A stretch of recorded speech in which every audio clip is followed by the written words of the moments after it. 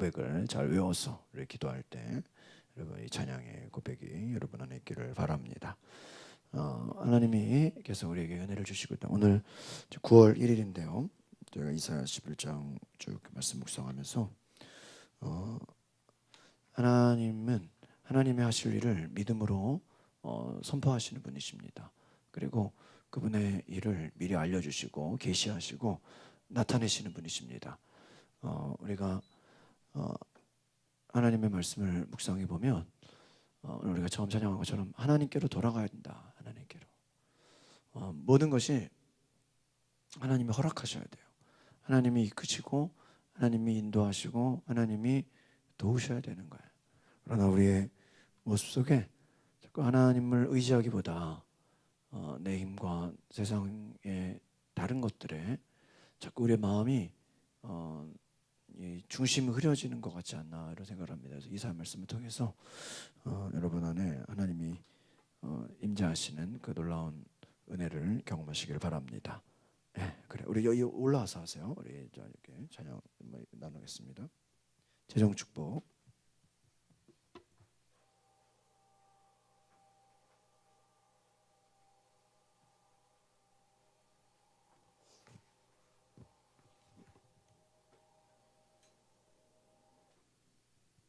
안녕하세요.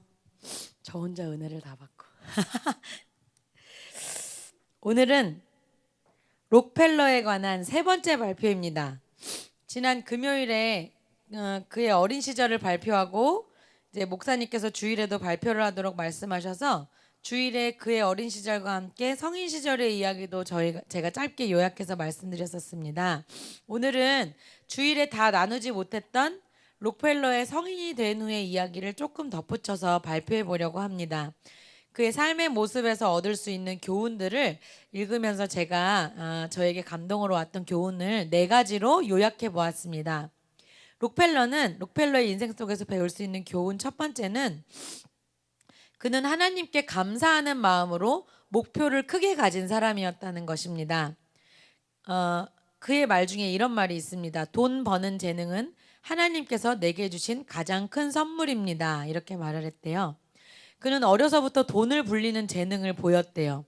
그가 어릴 때 어머니가 칠면조 한 마리를 키워보라고 맡겨주셨는데 그것을 부지런히 키워서 갖다 팔아서 돈을 만들어서 그걸로 알을 몇 개 또 사가지고 또 몇 마리를 키워서 이렇게 해가지고 키워서 돈을 또 벌어서 그걸 옆집 농부에게 이자를 받고 빌려줘서 더 큰 돈으로 받아내는데 그 만드는 돈이 자기가 감자 캔 돈만큼을 벌었대요.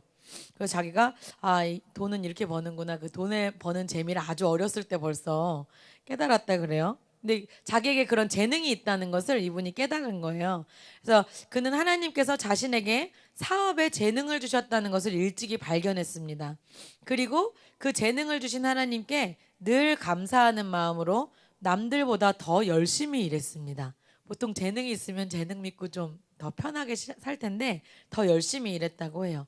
그가 청년이 되었을 때 아버지는 그와 함께 농사를 짓자 하고 농부가 되자고 아들에게 부탁했대요. 그런데 그는 자신은 회사원이 되겠다고 결심했습니다. 그리고 아버지에게 이제 자기는 도시로 가서 살겠다. 또 가정 이제 도시에 있었대요. 그쪽에.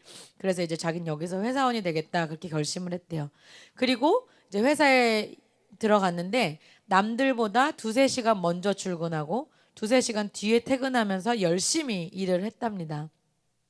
근데 이분이 이제 뒤에 뭐 여러 가지 이야기를 쭉 비추어 봤을 때 일을 처음 시작한 회사원으로 일을 처음 시작한 격리사원으로 일을 시작한 나이가 17살인가 16인가 17 그 정도 되더라고요.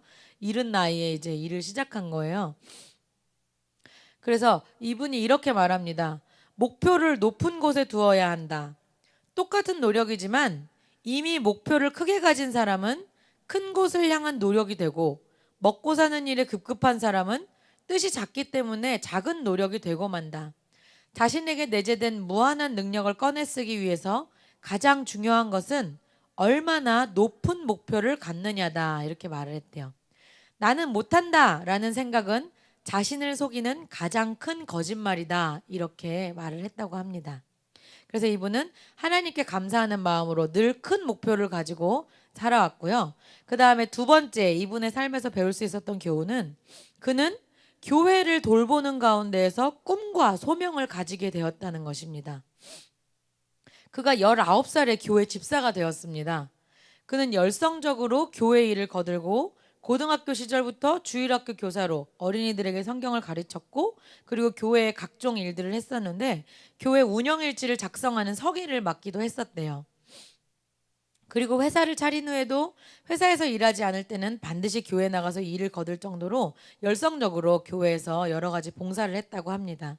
록펠러가 다니던 교회가 개척한 지 얼마 안 된 교회여서 일이 또 많았대요. 근데 개척한 지 얼마 안 된 교회이다 보니 당시에 상당한 빚이 있었다고 합니다. 어느 날 주일 목사님께서 교인들을 이렇게 모아놓고 이제 얘기를 하시다가 교회의 빚이 2,000달러가 된다. 그래서 운영이 어렵다라는 말을 하셨다고 해요. 근데 그 당시에 그 돈이 너무나 큰 돈이라 성도들은 교회 빚이 그렇게 많아요? 하고 부담스러워하기만 했지 누구도 대책을 내놓지 못하는 상황이었다고 합니다. 근데 그때 록펠러가 성도들에게 우리가 힘을 모아서 그 돈을 갚자 이렇게 호소하기 시작했대요. 그리고 그의 호소가 그들의 마음을 움직였습니다. 그리고 그가 작은 수첩을 꺼내서 사람들을 설득하고 헌금 액수를 당신은 얼마 작정해서 헌금하시겠습니까? 이거를 사람들을 쫓아다니면서 이제 받아 적기 시작했대요. 그렇게 요청을 하고 몇 주에 걸쳐서 기도하면서 이제 그 2,000달러 목사님이 말씀하신 그 빚을 갚기 위해서 사람들 성도들을 찾아다니면서 이제 설득하고 호소하고 그 헌금을 모으기 시작했대요. 그래서 몇 주 만에 2,000달러가 헌금되어서 빚을 순식간에 갚게 되었다는 거예요. 그가 19살에 이런 일을 처음 하면서 당시의 일을 회고한 말이 있어요. 뭐라고 하냐면 나는 그 계획에 완전히 빠져 있었습니다. 내가 할 수 있는 모든 일을 했으며 그 일과 또 그와 비슷한 일에 계속 관여하게 되면서 나는 이런 식으로 사업을 하면 돈을 벌 수도 있겠다라는 생각이 들었습니다. 돈을 벌어야겠다라는 야망까지 생겼습니다. 19살이에요. 그리고 나서 이분이 회사를 그만두고 사업을 차립니다. 그가 교회 안에 구석구석 일을 맡아 하면서 곳곳에 교회 안에 재정의 필요와 부족함을 마주쳤던 거죠. 아마도 그 많은 필요를 마주할 때마다 내가 이런 걸 채우는 사람이 되어야겠구나. 회사에서 돈 벌어서는 이거 못 채우겠구나. 이렇게 생각하지 않았을까? 저는 그런 생각이 들어요. 그래서 사명을 갖게 된 게 아닐까. 저는 이렇게 미루어 짐작해 보았습니다. 그리고 세 번째, 그의 삶을 통해서 배울 수 있는 교훈 세 번째는 그가 많은 위기를 기도로 이겨냈다는 것입니다. 그래서 그가 19살에 이제 회사를 그만두고 모리스 클라크라는 사람과 첫 사업을 시작합니다. 이 사람이 3년 동안 회사 격리부에서 일할 때 워낙 부지런하게 또 좋은 성과를 내면서 일을 했기 때문에 제가 미루어 짐작했을 때는 이 사람을 누군가 지켜봤을 것 같아요. 그래서 이 모리스 클라크라는 사람이 먼저 와서 같이 나랑 사업을 해보자 했다고 해요. 그래서 이제 19살에 그 사람과 같이 사업을 시작했는데 우리 2,000달러씩인가 이렇게 해가지고 사업을 하자 했는데 이 모리스 클라크는 2,000달러 가져왔는데 이 사람은 돈이 없었대요. 800인가 밖에 없었대요. 그래서 이제 아버지한테 내가 이렇게 해서 이자를 얼마 해서 불려드릴 테니까 꿔주십시오 부탁을 해서 이제 아버지께서 빌려줬다고 해요. 그래서 그렇게 사업을 시작했는데 19살에 시작한 사업이 뭐였냐면 유통사업이었대요.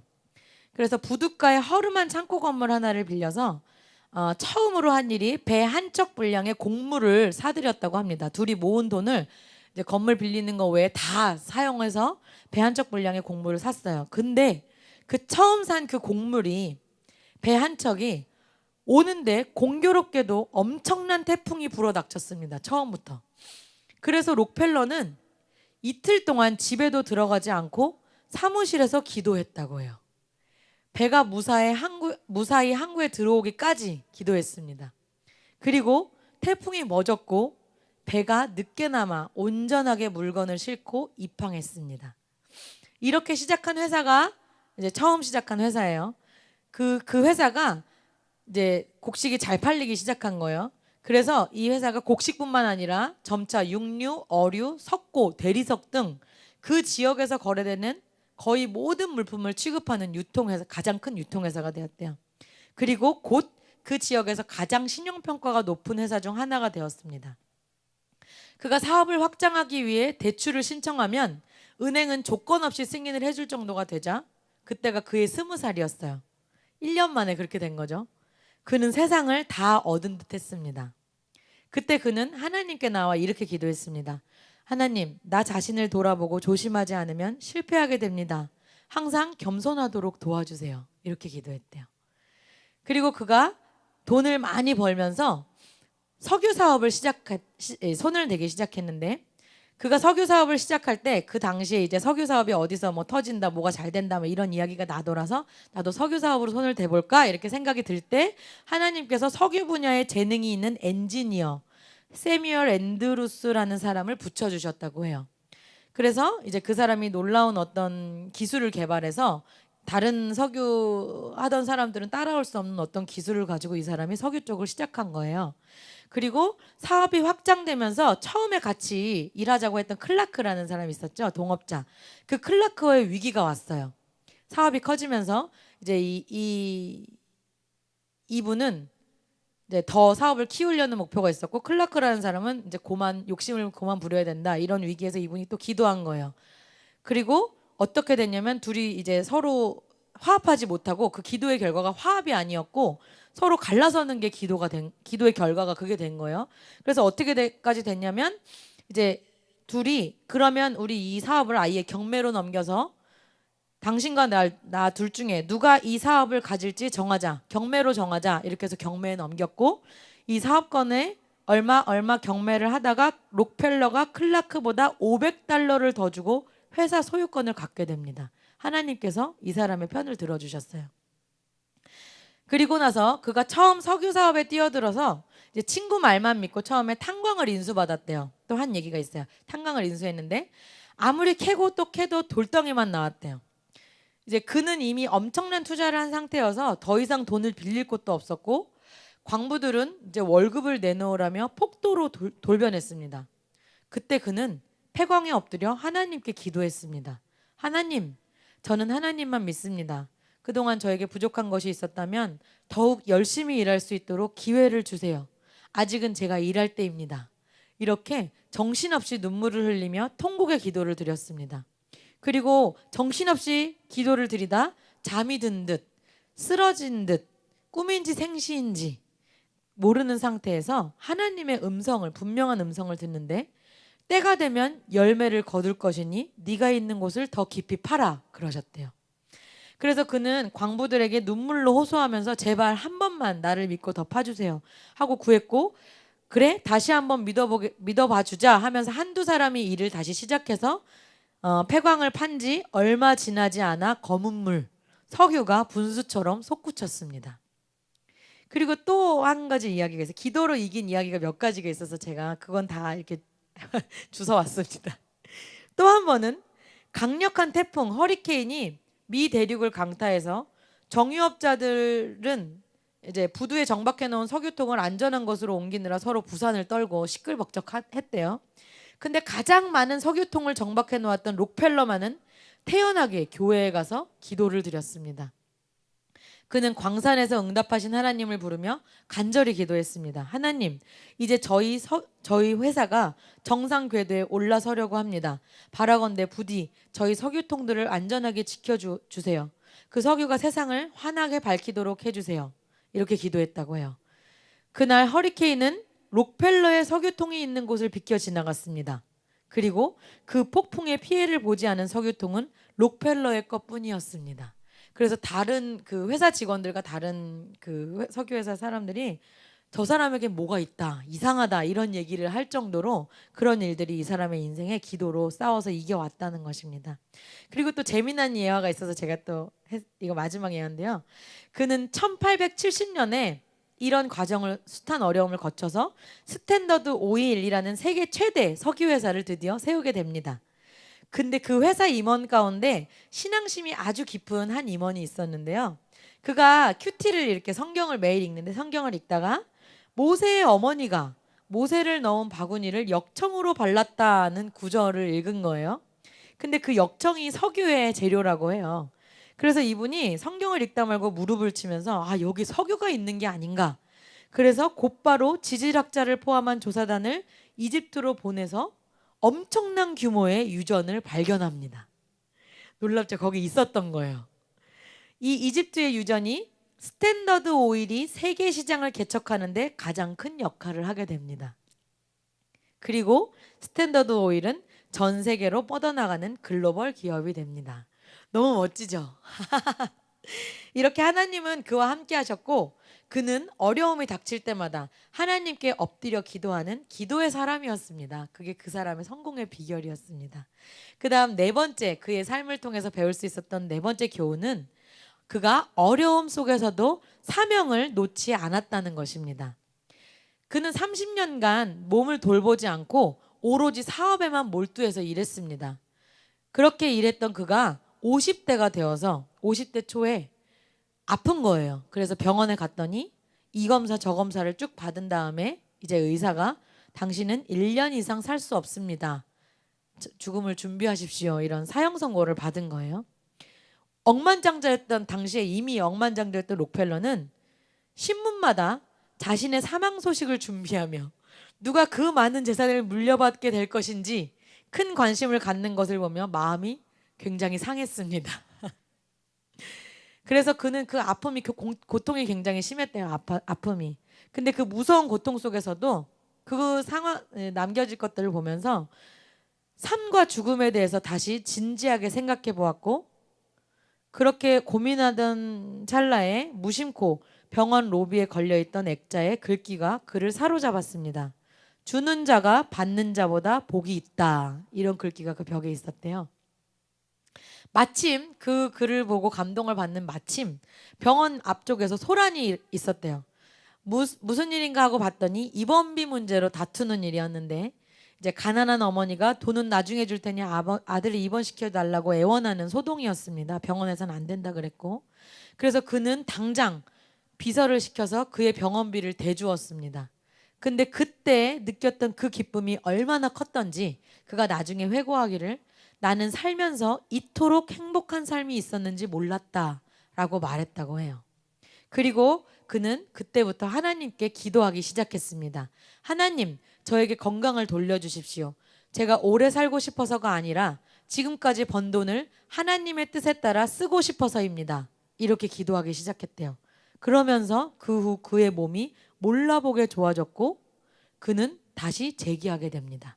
무엇으로 재기하냐면 사업이 아니라 자선 사업으로 재기합니다. 이분이 이렇게 살아나셔서 98세까지 사셨어요. 50년은 돈 버느라고 사셨고 50년은 주님의 뜻대로 자선 사업하면서 쓰셨습니다. 사셨습니다. 하나님이 이분이 회고하기는 하나님이 이렇게 하시기 위해 나의 인생의 중반에 나에게 아픈 일이 있었다 이렇게 고백을 하셨어요. 저는 이분의 하나님 앞에서의 겸손함에 감동했습니다. 그가 이렇게 어려움 속에서도 하나님을 놓지 않고 하나님 편에 서서 살기를 구했다는 것이 굉장히 감동적이었습니다. 보통 사람 같으면 아니 내가 이렇게나 헌금하고 이렇게나 평생 주의 일을 했는데 어떻게 이런 내가 1년 안에 죽는다는 건가 이러면서 하나님을 원망했을 수도 있었을 텐데 오히려 그 가운데서 새로운 사명을 발견하게 된 이 사람의 모습이 참 저를 부끄럽게 하는 모습이 아니었나. 놀라운 신앙의 선배이다 이렇게 생각했습니다. 여튼 그는 이렇게 마음을 먹고 록펠러 재단을 세워서 이제 전 세계적인 자선 사업을 시작했습니다. 그런데 이것뿐만이 아니라 그가 이렇게 50대 좋은 일을 시작했음에도 불구하고 이렇게 선한 일을 하는 가운데에서도 그에게 고난은 계속 있었습니다. 큰딸, 첫째 딸 베시라는 첫째 딸이 40살의 젊은 나이로 자신보다 먼저 건강 악화로 세상을 떠났습니다. 그리고 막내딸 에디스도 건강이 몹시 좋지 않았습니다. 충분히 하나님께 내가 이 일을 꼭 해야 합니까? 할 수 있었을 텐데 이분은 전혀 흔들리지 않았어요. 그리고 선한 사업을 계속하는 가운데 같이 이제 아내분과 함께 또 그 흑인을 돕는 그런 사업도 같이 하셨대요. 아내분이 그런 쪽에 또 열심히 있으셨대요. 근데 그 같이 일하던 아내 로라도 건강이 좋지 않아져서 자신보다 20년 정도 일찍 76의 나이에 먼저 하나님께로 돌려보내야 했습니다. 실망할 수 있는 이유들이 충분히 있었음에도 불구하고 이분은 사명을 버리지 않았습니다. 오히려 그 아내의 죽음을 슬퍼하며 미국에서 가장 큰 그 이름이 갑자기 생각나네. 리버사이드 교회인가요? 제가 발표했었는데 그 교회를 지어서 봉헌했고 또 자녀들이 자녀가 미리 죽었을 때도 하나님께 더 많은 헌신을 했던 그런 신앙의 선배였습니다.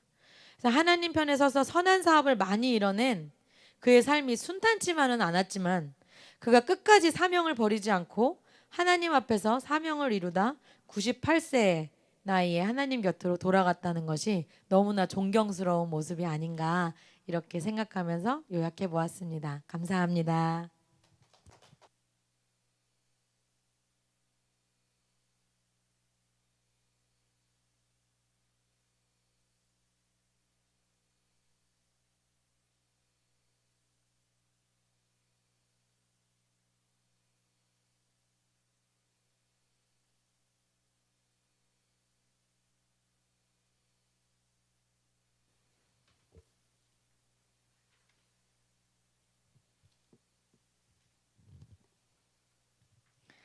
할렐루야. 오늘